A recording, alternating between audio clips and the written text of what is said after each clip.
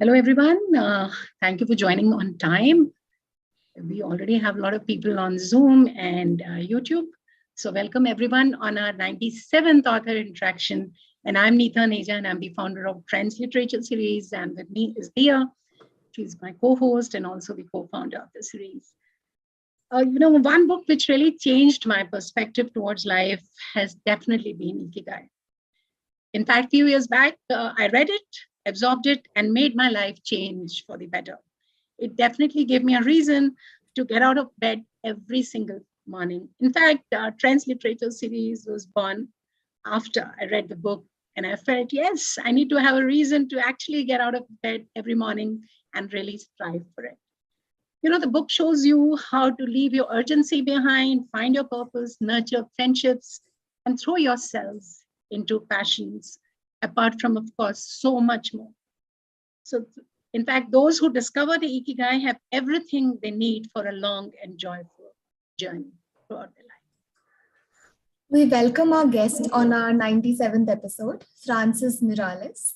He is an award-winning author who has written a number of best-selling self-help and inspirational books. His book, Love in Lowercase, has been translated into 28 languages. He joins us from Spain today. He is the best-selling author of our book of the day, Ikigai, the Japanese secret to a long and happy life, which has been translated in more than 60 languages. So, what is your reason for being? Is this something that you have ever thought about? Most of us think there is a higher purpose, but what is it? Your Ikigai is why you get up in the morning. When you define your Ikigai, you bring happiness, satisfaction, and meaning to life. Isn't that what most people want? This sounds to me like a fulfilled life. The author's purpose for this book is to help you find your Ikigai. So today, let's find out more. We are sure that this will be a very exciting and insightful session. Thank you, Francis, and welcome you on our platform. This is such a big moment for us. Thank you very much. It's a pleasure to be here with you. And I will be very happy to answer all the questions that our friends have here relating to the book or to anything that has to do with the life purpose. Thank you.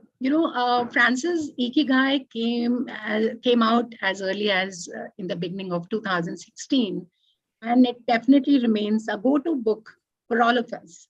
Surely an uplifting book, and you've sold as much as 1.5 million copies all over worldwide. It has been, as Dia just mentioned, translated in multiple languages, over 60 at the last count.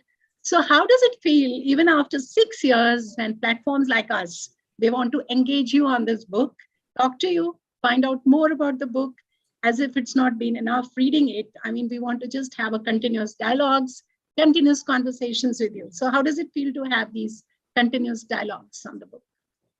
Yes, I feel very honored because when we started writing this book, it was a small investigation. We played the role of anthropologists traveling to Okinawa, to this village of the centenarians that is a very small place where nobody had gone to do a psychological study. So in the beginning, we didn't know what we were doing. We thought maybe it can be a good article for a magazine, maybe it can be a small book for people who are very interested in Japan, this niche. But then we discovered that this topic was of huge interest all over the world, because after publishing it in Spain, in Spanish, only 2-3 months after, we had already 15-20 languages. And 1 year after, 50. And nowadays, there are many local languages of India, Malayalam, Marathi, everything you can think of. So in the end, it's a total of 67 languages, I think. So it means many, many thousands and millions of people reading the book, thinking about life purpose. And we are very grateful for that. And we think that the readers are very kind. They write to us very often. And in these book clubs like today, it's a pleasure to be with you. You mentioned, Francis, in the book that our Ikigai is different for all of us. But one thing we have in common is that we're all searching for this meaning in life. So was it the central idea about the book being authored by you? This was the central idea. And why do you think Ikigai still holds so much of importance? Yes, actually, I think that everybody is searching for the own Ikigai. There are people who are more lucky, who are luckier to have found it maybe when they were children. It's typical, for instance, in the families of doctors, of people working in hospitals and sanitary world, that sons and daughters maybe want to follow that way because they saw it at home and they saw it was good, it was powerful, and they want to follow the same Ikigai. But that's not the normal thing. The normal thing is that when you are young, you have many doubts about love, about career, about sexual orientation. I don't know, about the place where you want to live, in which country. I want to live in the village, I want to live in a city. It's a bunch of many questions. And so it's normal that when you are young, you are looking for your pathway in life. And so Ikigai can help you through this approach that we explain in the book and the 4 circles to know yourself better, and from there be in touch with your talents, with your passions, with your plans. So very right. You know, one of the golden words that I always remember from your book, and which obviously keeps me going, and I'm sure a lot of people going, is when you mention in the book that we should always remain active. We should never think about retirement. So what do you have to say about that? That's something very Japanese. Actually, I live in a Mediterranean culture. People think the opposite. So many people, when they are 55, 58, they are dreaming of the day in which they will stop activity, and what they want to do is to travel, to practice yoga, to take care of the body. But the Japanese people are very different. They are really active, and they think that the meaning in life of a person is when you are useful to society. So while you keep on being useful, through your job, through different activities. Maybe you are working in an NGO, maybe you are doing something artistic, maybe you're organizing something when you are a late bloomer. If you have something that fills your day and that has some benefit in society, then you are alive. For a Japanese person, being in front of TV all day, I don't know, playing cards, playing domino, waiting for the meals that happens with many people, is not a life. It's not a real life. Because of that, when they are finishing their official period of work, maybe let's think of somebody who's working in a bank, in a school, in a company, something. And it comes an age in which it's not possible to go on because the same organization, the same company puts you aside. Then they already know what they are going to do with their life.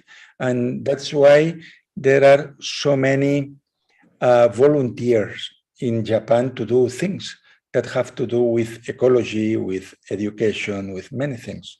And I think it's a very interesting approach. Don't retire, because if you retire from the things you love to do, you retire from life too. So very well said. But, you know, I've also seen a couple of your interviews, and you've also talked about that. It's okay to be bored. So do you think best of purpose in life can also come out from the fact that maybe out of boredom, maybe you're getting bored out of something and then you suddenly think and then find your Ikigai? I mean, what do you have to say to that? I mean, you find it pretty normal that if you're bored, maybe you'll come out of it and maybe come out of something creative out of it. Actually, Ikigai is not exclusive of the creative activities. Maybe in some parts of a city with a lot of people studying high school with an artistic approach, it's possible that there is an Ikigai for painters, is an Ikigai for writers from drama schools. But also, when you become father or mother, there is a very strong ikigai in the beginning, and that is taking care of this baby that depends 100% on you. And this is, in that time, the center of your life. Ikigai can be also if you have older parents and they depend on you because they are with fragile health, taking care of them. So ikigai is not only becoming Picasso or Gaudí or Diana Krall. Ikigai is also taking care of your loved ones. You know, Ikigai, if you separate the words, Iki is life and Gai is value. In fact, Ikigai itself, after you wrote this book, it has inspired, I think more than 100 books have been inspired and yes, differently on Ikigai. Personally, Francis, what has been your Ikigai and what makes you happy and you find yourself changed? Yeah, I can explain you like the history of my Ikigais because I had different. While I was in my 20s, so let's say from 19 to 27, 28, my Ikigai was traveling. And because of that, I was a very bad student because I was always doing small jobs, working in a pizzeria, working in a camping, working in a bar, in a cafe, working here and there, teaching German, I don't know. I was picking up many different jobs. And then when I had $500, I don't know, I took a train and I went some months to work in cooperation camps. So during all that part of my life, the only Ikigai was traveling because I didn't know what should be my profession, my career. Then there were 2 years, 3 years more or less in which I loved being language teacher. So I was teaching German in different schools. And it was an ikigai for me because I was not only teaching the language, I was showing them also the novels, the movies. We went together to Germany. I introduced to my pupils, to my friends there. But it ended after 3-4 years. And then I had another ikigai that was being first a translator of books that I was enthusiastic in the beginning, and then being a publisher. So working in a publishing house and discovering topics, discovering authors, titles, and it was also, and after that, an ikigai of writer. And after that, maybe the ikigai nowadays for me is helping other people to find their ikigai because I spend more time talking in situations like now than writing. Writing maybe is 10% of my time only. So right, Dia, you'll take it forward. But in the meantime, I request everyone to put in your questions in the chat box, and viewers on the YouTube, please do put in your questions. We'll take it up. We'll try to take as many as possible, depending on the time. Yes. Yes, thank you. Sir, you mentioned the 5 blue zones. I was reading the book and I saw the term. For the people who don't know, the 5 blue zones are basically the regions where the people live around. I think these blue zones, they were established by an American author. We should reconsider them after the pandemics because we don't know what has happened in these places. I know that Okinawa was okay.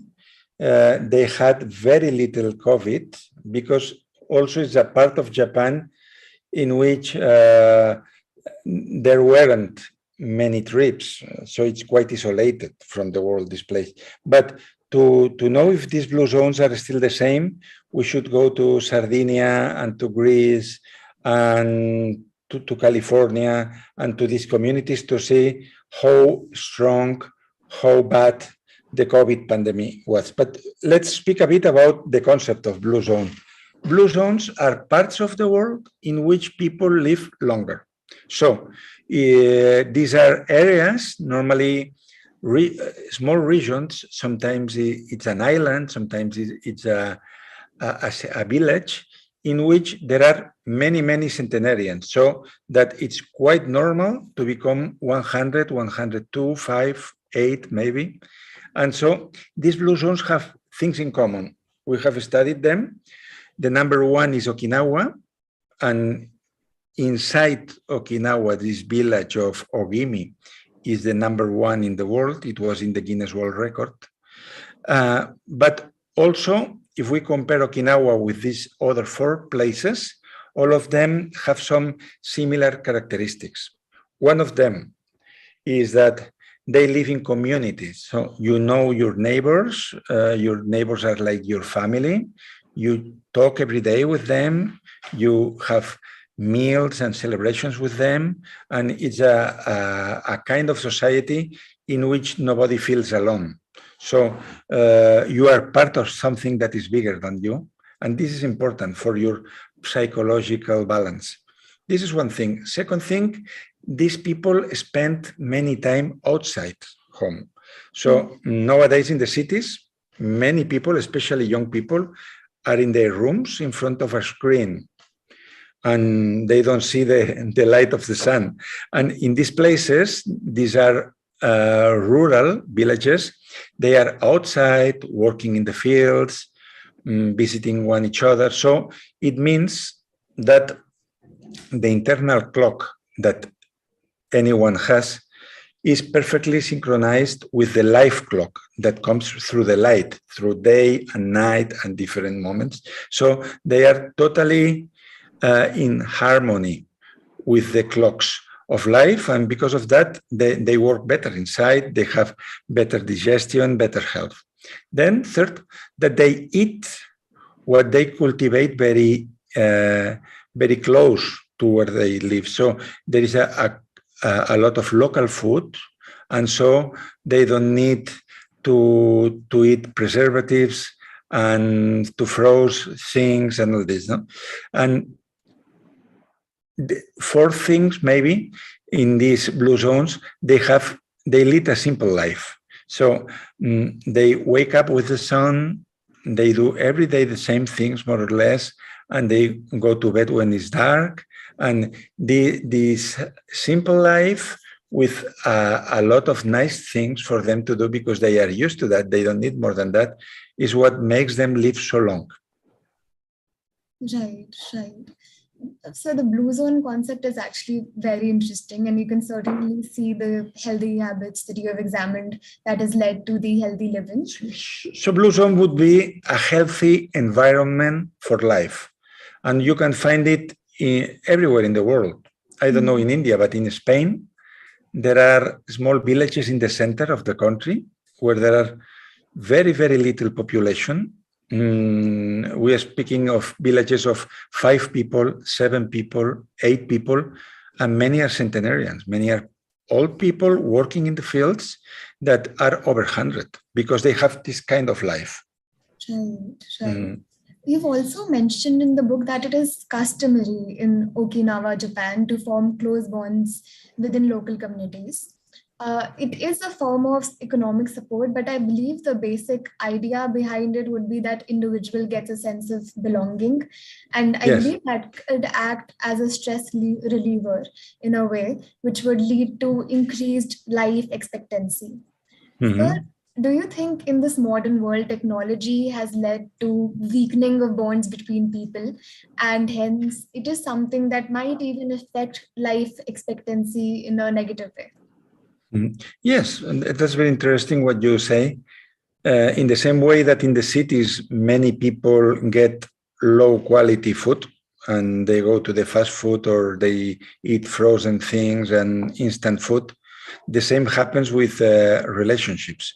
There are a lot of low quality relationships that maybe you have 300 friends in Facebook, but they are not friends. They are people who put likes without reading maybe your posts. But there is a confusion between what happens in the social media and reality. And because of that, there are many people that spend maybe hours a day scrolling and in the social media and the different apps and platforms, but they feel very lonely because what we need as human beings is something different. We need real contact. We need to be in the street. We need to look at the eyes of the other person. We need to find people who feel like us and that we can discuss and we can speak about philosophy, about plans, about many things. And because of that, in these small country, in these small places of the blue zones, they have this daily contact and they know very well each other and they have this kind of quality company. And in the cities, many people are alone and they substitute the real relationships with the others with these things they do in the screens. Right. You're totally right. Finding your tribe is very important to reach that kind of comfort in life. Mm-hmm. Sir, your book has been, of course, very successful. What reason do you attribute to the fact that the book has been such a big success in India? It was a surprise because the success of the book was changing from one country to the other. In the beginning, it was a small success in Spain, in the way that every month they were reprinting. So we were very happy because we received a lot of emails and people who were enthusiastic about that. And then Holland was a very important country for Ikigai, and they did like 50 editions of the book. And then it happened in Turkey that they sold 250,000 of books. And then it happened in the United States and England. And from England, the book came to India because Indian publishers depend on the ones in UK. And then it was a success in India in the 2020, 2021. And it has been the last country in which it was a phenomenon. And actually, a couple of months before the pandemics, I did a book tour in India through 5-6 cities, and there were a lot of people everywhere. I was in theaters with 1,000 people. So I realized how important this concept, this idea is in your country. Very, very, very well said. And in India, it's actually very popular. Any person that I meet, most of them have read this book. Even if they're not readers, sometimes they still have Ikigai book in their houses. I'll move on to the interactive round and then some chat questions. I'd like to welcome Kerulissa. She's the board member of World Trade Center Association and represents India for investment. She's also the vice chairperson of WTCA Business Club Committee. Yes, Kerry. Hi. Thank you so much. It's so interesting to hear you, especially one of my favorite books. And I have both the books, the Ikigai, the journey, as well as the secret to a long life, to a long and a happy life. I've got both these books. And in the CEOs Club that I actually am the founder member of the Delhi chapter, we have actually gifted it to all the CEOs of all the members of the CEO Club. So congratulations for the success of the book. My question to you is that my daughter is into, she's the head of publication for her school. And this question is largely for her that I'm asking, that how did the process of writing the book, especially Ikigai, start for you? And it was yes, please, go on, please. And my second question, which is more for me, is that what is the journey? How does one find a journey of Ikigai? Mm-hmm. Yes, the process of writing the book was quite long and complicated, if I must confess the truth. Why? Because Japan is not like Spain. Here in Spain, the journalists have no respect sometimes for the people, and they come directly to a place where people who are 100 years old are, and they put the microphone and start doing that. In Japan, you need a lot of preparations before, because old people is considered highly respectable, much more than other people. And Hector always tells me that if you go to the head offices of Sony in Tokyo, and in the elevator are the president of the company and somebody who is older, and maybe it's a man bringing the newspapers, the president of the company must bow much more, because age is a higher hierarchy than the charge of their money you have. So we needed some months so that they allowed us to do these investigations. We were talking with the town hall, with the different circles of all people, and it was long. After 4 or 5 months, we got the permission to do that. We had a person to help us from the village, Mr. Miyagi, like the teacher of Karate Kid.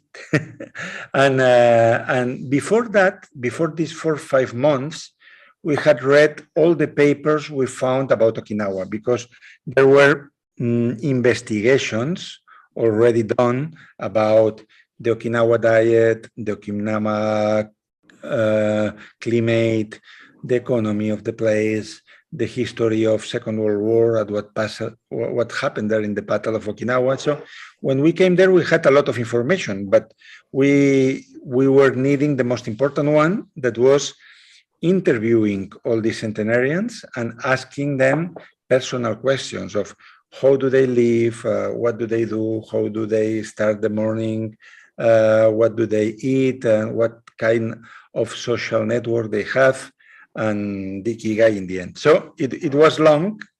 It was like 4 or 5 months preparing all this information and these permissions. And then we went there, but it was impossible to stay in the village, because by that time, this village didn't have any hotel, any room for rent, any restaurant, any shop, anything. It was only houses in the middle of the woods. And then we had to go 20 kilometers from there and rent a house, and every day going with the car. So it was a long process, but very beautiful. And when we came back, of course, there was a difficulty in the different places where the authors live. Hector lives in Tokyo. I live in Barcelona. Very different timetables. And then we were working every day during many months. For me, it was 8:15 in the morning. For him was the evening when we had finishing. And we were writing and sharing the documents and advancing with that. And in some point, the book was finished. We sent it to a small publisher in Spain. They published it. And the big surprise was that we discovered it was the book that the world was waiting for. We didn't know. We couldn't suspect that. This was one question. The second one is, can you remember me of that? For you, it was. Yeah, the second question. The second question was, how does one find the power of Ikigai? What is the journey that one can find? There are different journeys, different possible journeys. I am going to quote the main ones. One is evaluating your passions. Nowadays, people have many different hobbies, interests, talents. So you can examine the things you love, and you put a score from 1 to 10, what you love most. And then when you go to the top of your interests, think of all these activities, which ones produce you flow, this state of being one with the activity. It's like a kind of meditation experience that you can even you can do something during 1 hour, 2 hours, and you feel that it was only some minutes because time disappears. This is the state of flow. It can point that maybe it's your Ikigai. Also, you can check your talents.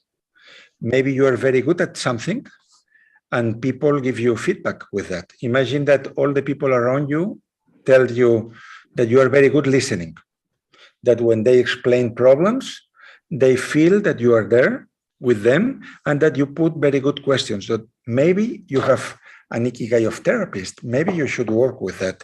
This is another way. Then you can discover it in a negative way. So if you realize of all the things you did in your life that you didn't like, for instance, maybe you had 6 jobs, all of them inside an office, and you were unhappy. So if we understand this, we can conclude that you should work out of an office and maybe being like a kind of digital nomad or being a freelancer or something like that. This is another way.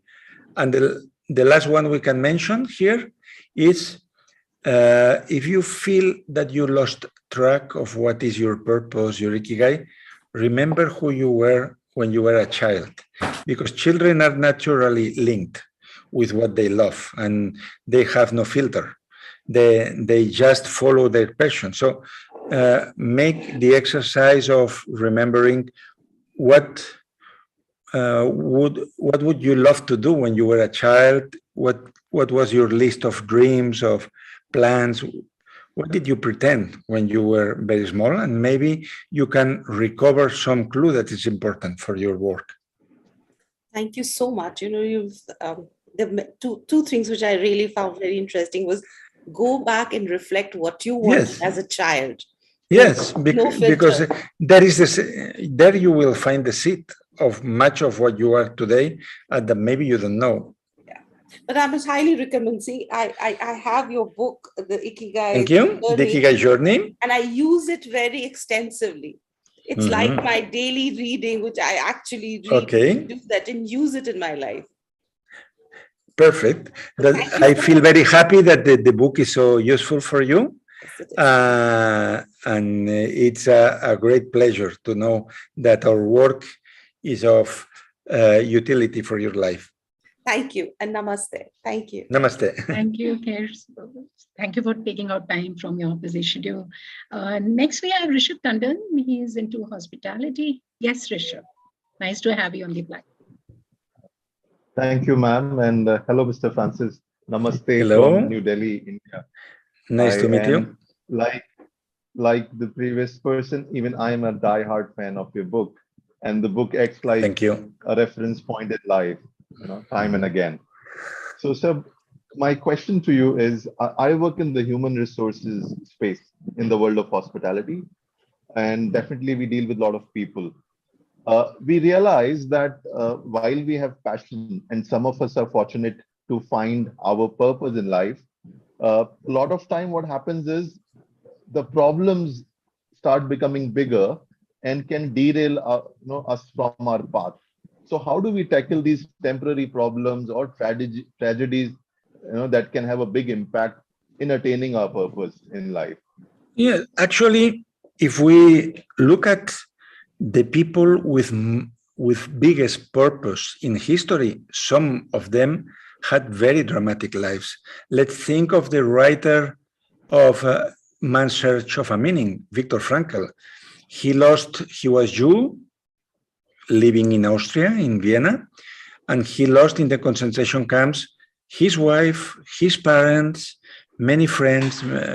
He only his sister was saved because I think she was in Australia. So he lost everything what he had in life, but he had a purpose. Because he was living this tragedy, he thought, there are many people suffering right now. I am not the only one. I think this is a very important point to get out of the egoistic point of view that I am the only one who is suffering, but understanding that what I am feeling, it's common to many other people, and that my experience, if I transform it in something useful, can be good for them. And so what Viktor Frankl did was surviving the concentration camp because he had a purpose. And Nietzsche said that if you have a why to live, you can resist almost anyhow. And then he wrote his books that helped many people, and he had his consultation open during all his life, helping many people who had lost the meaning of life. So having an easy or a difficult life has nothing to do with purpose. You can have a perfect life. We read it every day in the magazines. People who are millionaires, daughters and sons of very rich people, commit suicide, they fall into drugs, they have useless lives, and people very humble and with a lot of difficulty in their lives, it's an inspiration for them to do something for society. So the important thing is not the starting point, but where are you leading? If you have a mission, if you have a purpose, if you have a plan, you can be extremely poor and you can accomplish much more than other people who are in a comfortable situation. Thank you. Thank you, Rishabh. Thank you. Rishabh, is it all? You want another question? Yes, and just one more. Sir, beyond writing, and you're a world-class author, what's your passion? What are your hobbies apart from writing? That's nice. Actually, I keep on the hobby of traveling, but nowadays it's a bit different because normally 95% of my trips are for work, for giving a talk, for visiting a book fair, things like that. But when I have free time, I love to travel. I love walking in a city or in a neighborhood that I don't know, entering new cafes, visiting bookshops, I don't know. And another hobby is piano, but it's a hobby in which I invest very little time. To be a good pianist, you need to practice every day, and I don't do it. But sometimes I love to sit in front of the piano to make, maybe to invent some songs, some soundtracks, and I love it too. I love going to live concerts with friends, normally not big ones. I've been to see the Rolling Stones and all this, but I love the small concerts in which you go to some music hall and you see a jazz concert for 200 people or something more alternative. These are my hobbies. And also reading, of course, especially when I am in a train, because I love trains. Being on a train and reading a good book, for me, is like a situation of happiness. Thank you. Thank you, Rishabh. Thank you very much. Yes. Next, we have Vijay. Vijay is a lawyer with Supreme Court and High Court. Yes, Vijay, your question, please. Good evening, sir. Many, many congratulations for your book. Good evening. Sir, my question is that Japanese lead in technology, yet they are so traditional. So how do you explain it? Yes, but it's easy to explain here because same happens in India. Actually, Indian traditions of spirituality are older than the Japanese ones. If we look at what India has exported to the world, there are things like yoga that are 3,000, 4,000 years old. But India nowadays is bringing a lot of technology, very good engineers, very good mathematicians. There is a revolution of that. So same happens in Japan. So there are two countries in one, actually. There is the traditional Japan, what we relate with Japan, that would be the haikus, the ikebana, the calligraphy, the tea ceremony, and the geishas, I don't know. Everything what we have seen in the movies and in the old novels. And this is the soul of Japan. But of course, Japan is a modern country like India, and they were very good in technology in the 70s, 80s, 90s. They have lost a bit of track because there are other countries that maybe are putting more effort in that. But of course, both things can live together perfectly. So you can learn how to write haikus and have your tea ceremony, and then you go to your office and you are designing a robot. I think these two countries, these two souls are inside every person. Thank you. Thank you. Thank you so much, sir. I'm looking forward to read your book, and all the best for future endeavors, sir. Thank you. Thank you, Vijay. Thanks a lot. We have Mr. Juan Sanchez. He joined us from Embassy of Colombia.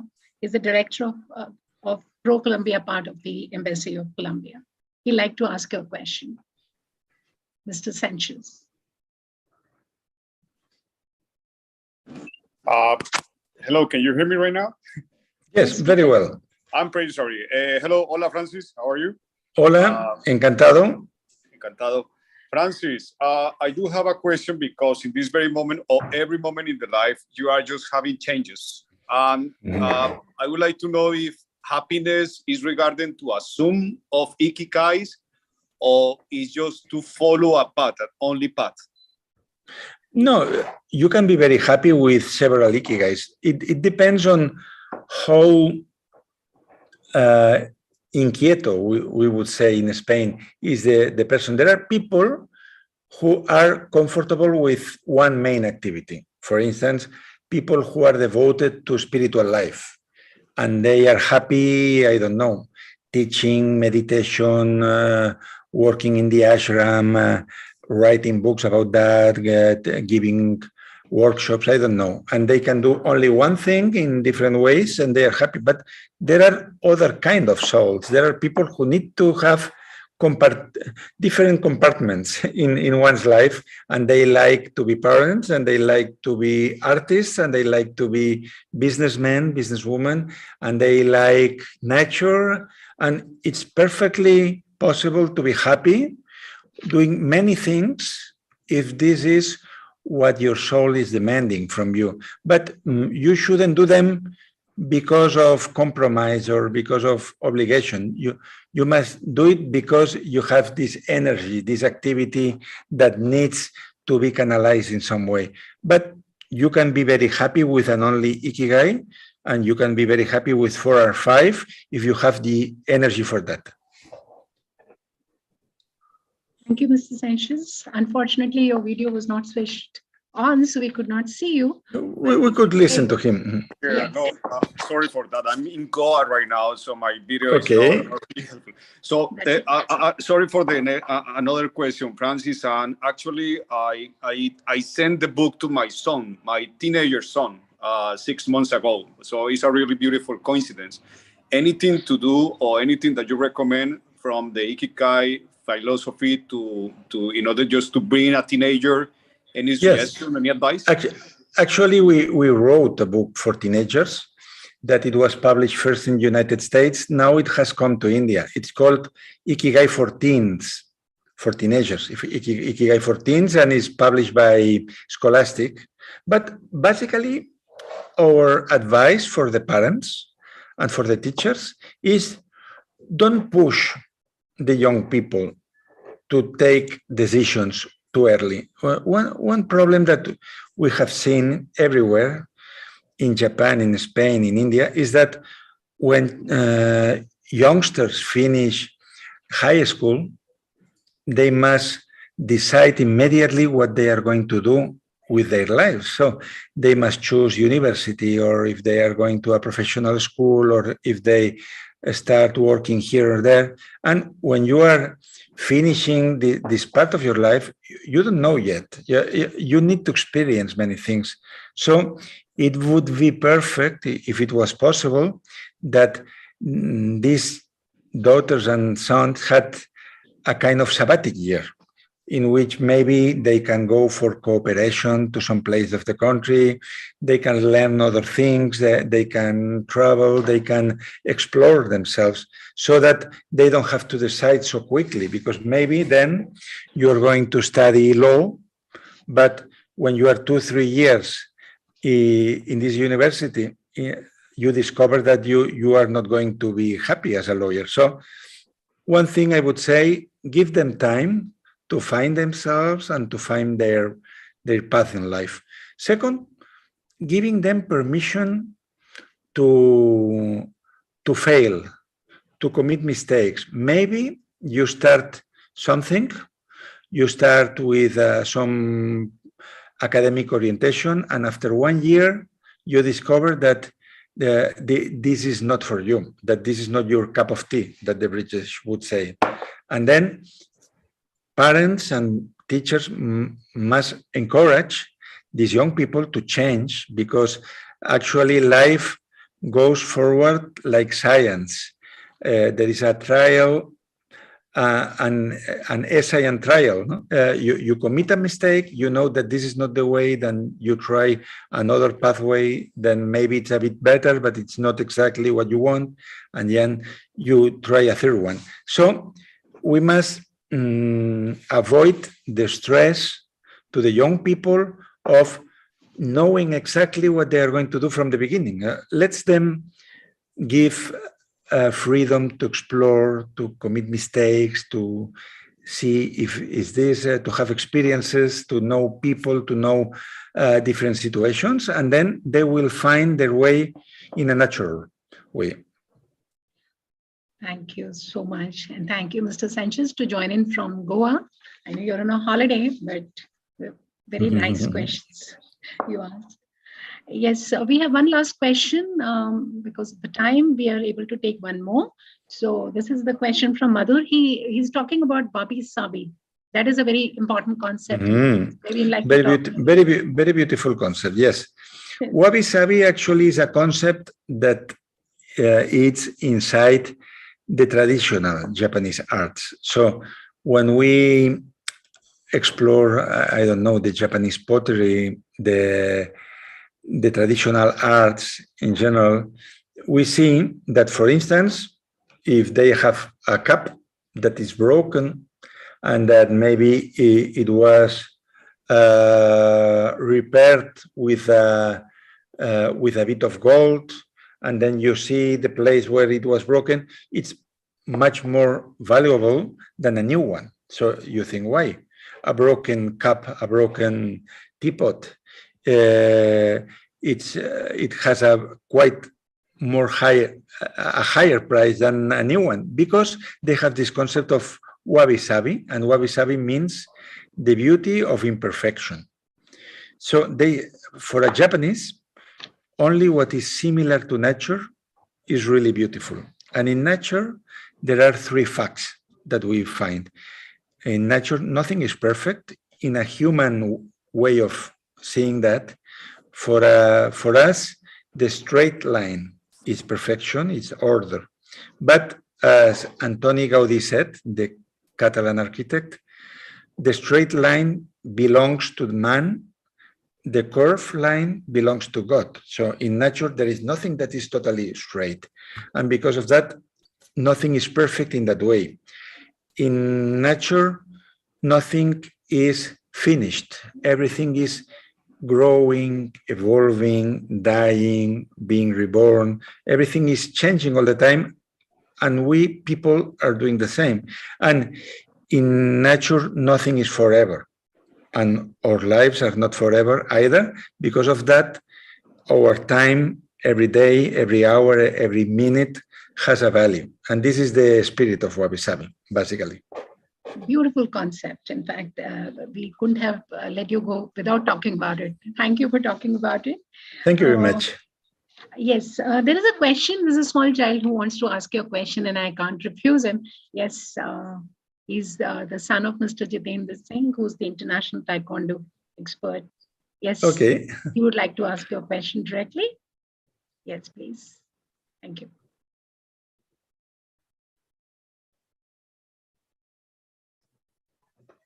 Hello. Sir.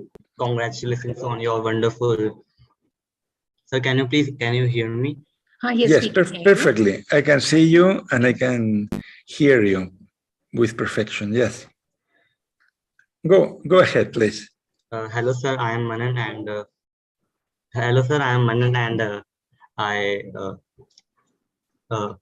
sir, congratulations on your wonderful success on your book. Sir, I want to ask a question. Actually, I have read Ikigai when on my 12th birthday around 2 years ago. So it's been a very long time since I've read the book.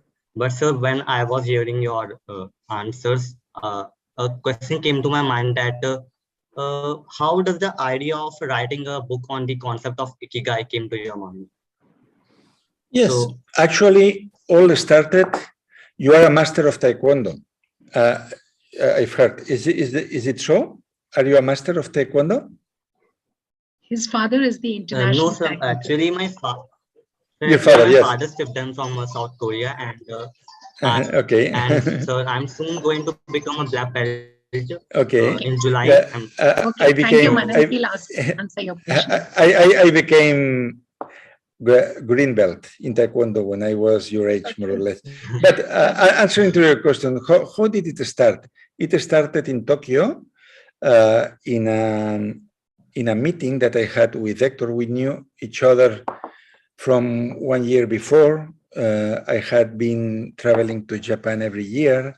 And then one day we were having a walk in a park of the center of Tokyo, and he talked to me about this village of the centenarians for the first time, because Hector is married to a woman of Okinawa, and the father-in-law is an Okinawan man. He said, you both, that you write books, because Hector had already written a very famous book about Japanese culture, why don't you go to this place in the north of the island that is in the Guinness World Record book, and you ask all these centenarians, why do they live so long, so well, so healthy? And so it was the starting point of that we were called to do that in a place where nor Hector nor me had never been. And so it was a feeling of adventure to say, okay, if this old man, the father-in-law, believes that we are going to do a good job there, let's organize the trip and let's organize this. And this was the beginning. Thank you. Thank you, Manan. Thank you for asking.